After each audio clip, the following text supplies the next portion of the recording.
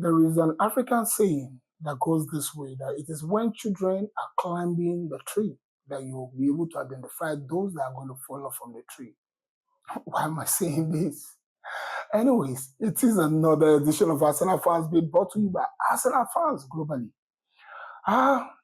Some few moments ago, I just sat back and I was like pondering over Arsenal, pondered over a performance against United at Old Trafford. Yes, we're back to 3 points. And my thought began to reverberate over what has been happening in the past 3 years, where we bottled the Premier League title. Whether you like it or not, Arsenal bottled the Premier League title. And even though I'm one of those in the bandwagon of saying that the Cronkies hadn't given Arteta what he wanted by signing a marquee striker, I also believe that once you put your nose ahead of others, you must have the capacity, you must have the experience, you must have the tactical know-how of navigating to win the league. Why am I saying this? I recall when Ranieri took Leicester City from nothing to winning the Premier League. Even the legendary Arsene had his nose right in the title race, even when United were floundering. But somehow, we're flattered because the 3 club sides that were in the title race that season were United, Arsenal, Leicester City, and Tottenham. But somehow we floundered. There were matches we were supposed to win, especially when we had like 4 matches that were outstanding matches that we were supposed to play, and we're like, as fans, we're already calculating that, these teams, we're going to nullify them, beat them, and we'll win the league. And that was exactly what happened in the years when United were dominating. We'll have like 5 matches outstanding.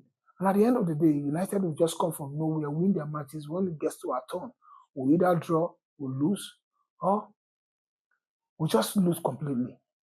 And that's how we bottle the league. I'm beginning to see this as a recurring decimal, because how can one describe the fact that the first season when we went head-to-head with Man City, we're never thinking about going to be in the title race, but somehow we got into the title race, and at the end of the day, we floundered. Yes, we could come back as fans and say, look, we were not really ready for the title at that point because we're looking at getting to Europe. But somehow, we had the privilege of being the title race.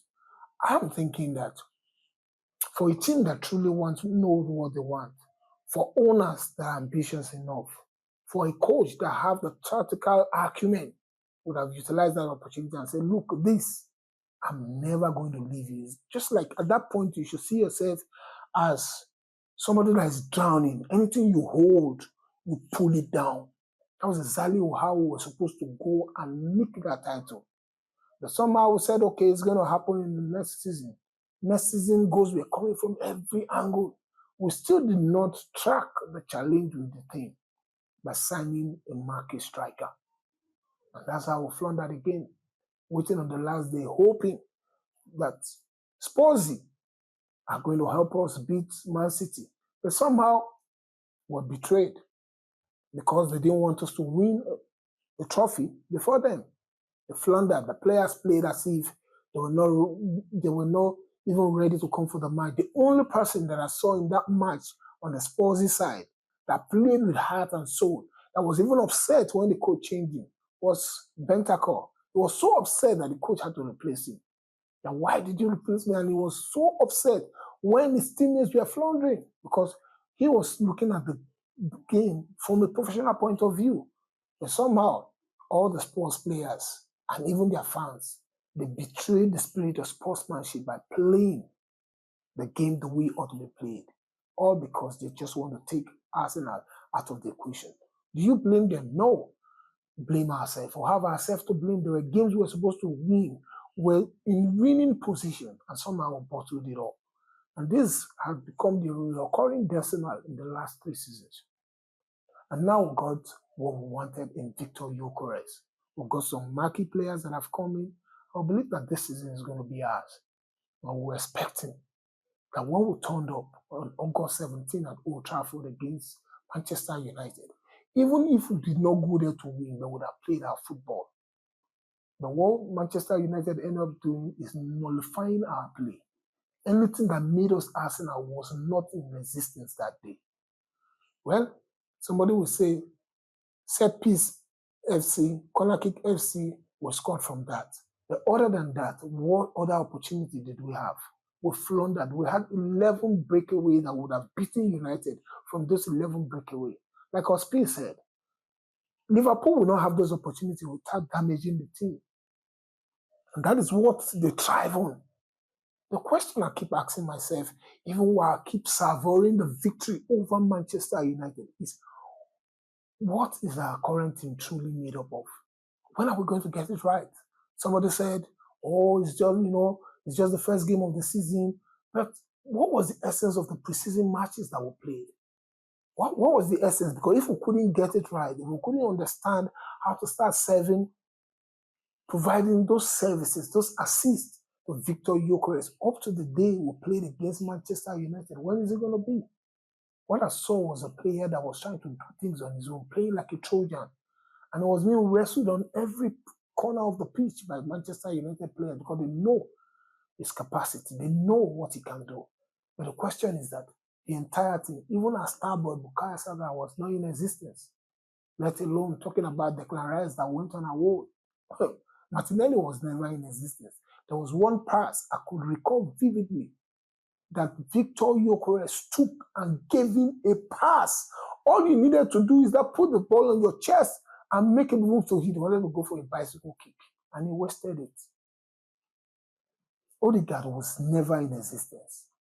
I'm asking myself, these are questions we've discussed in various shows on Arsenal Fans Bit, asking why is Arteta not ruthless enough? Is it being ruthless? Is it a case of being ruthless? No.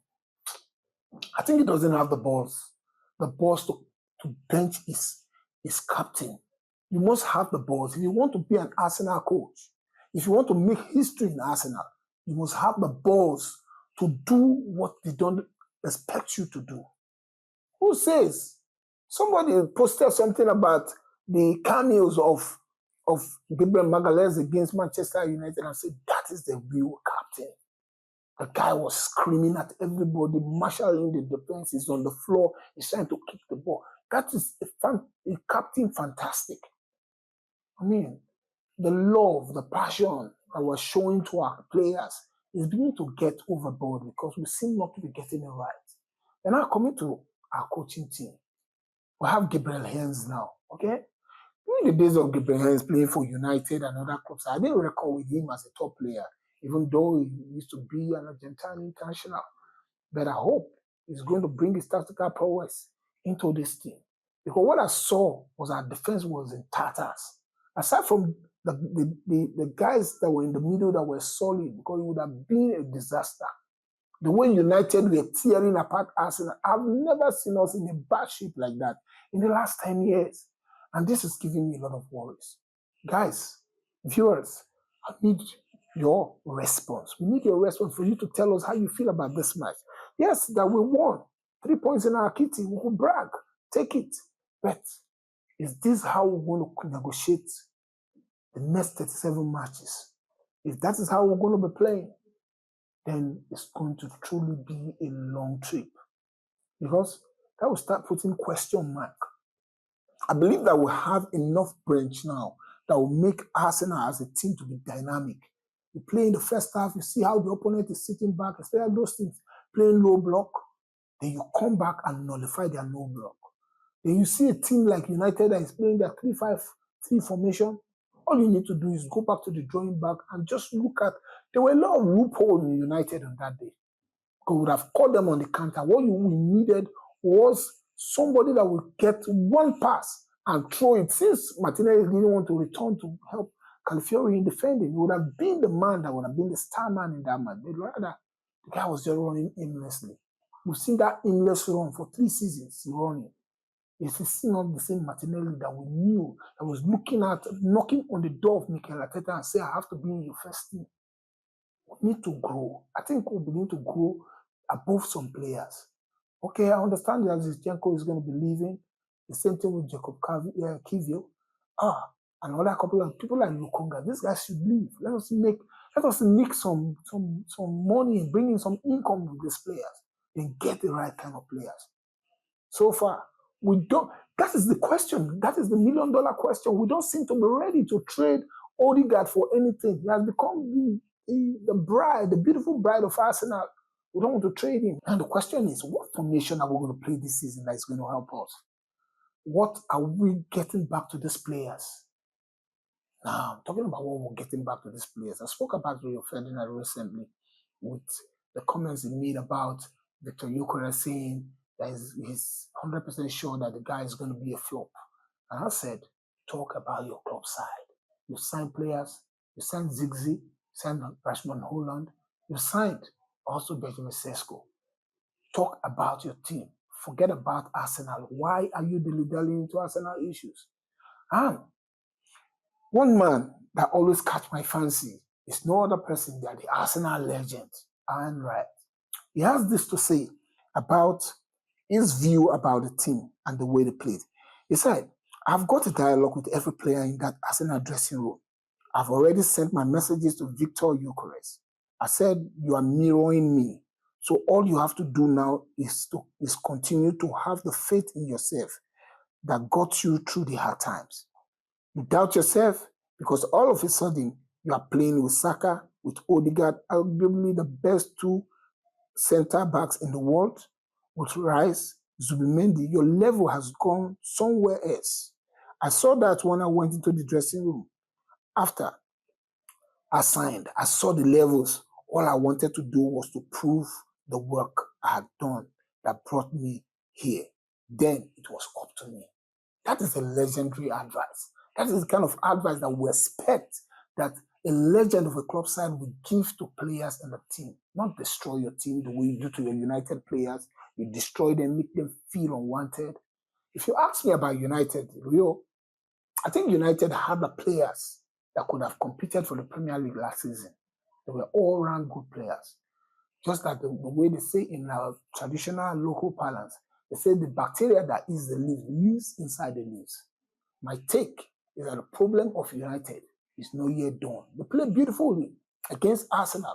And let's see how they're going to maintain that intensity. The truth is that there is an endemic challenge within the United dressing room. Anyway, United fans, I want you to react to this. But I believe that there's an endemic challenge in your dressing room. Now, I'm not talking about you guys. I just wanted to compare Rio Ferdinand's attitude and that of Ian Wright. You can't compare two of them. Two of them are two halves apart. Ian Wright is always forthright in his statement. He doesn't blab. So I respect him. He's a top legend of this batch.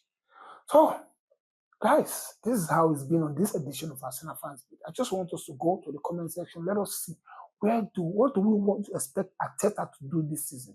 Because for me, the jury is out. It is either Arteta gets it right this season or he's off.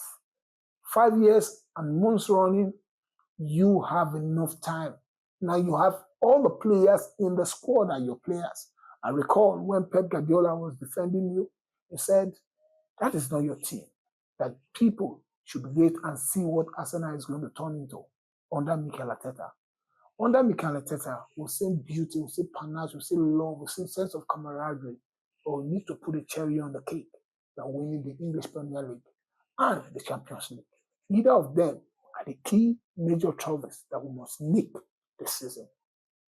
Not the Carabao Cup or the FA Cup. No. The Premier League or the Champions League. Until then, I just want to encourage you to thank you for the beautiful things you have done. How you are building this community and turning us into your lovebird. Please, let us come and build a sense of camaraderie and keep building it together by sharing, by liking, by keep subscribing to the channel. Until then, it is come on, you Gunners!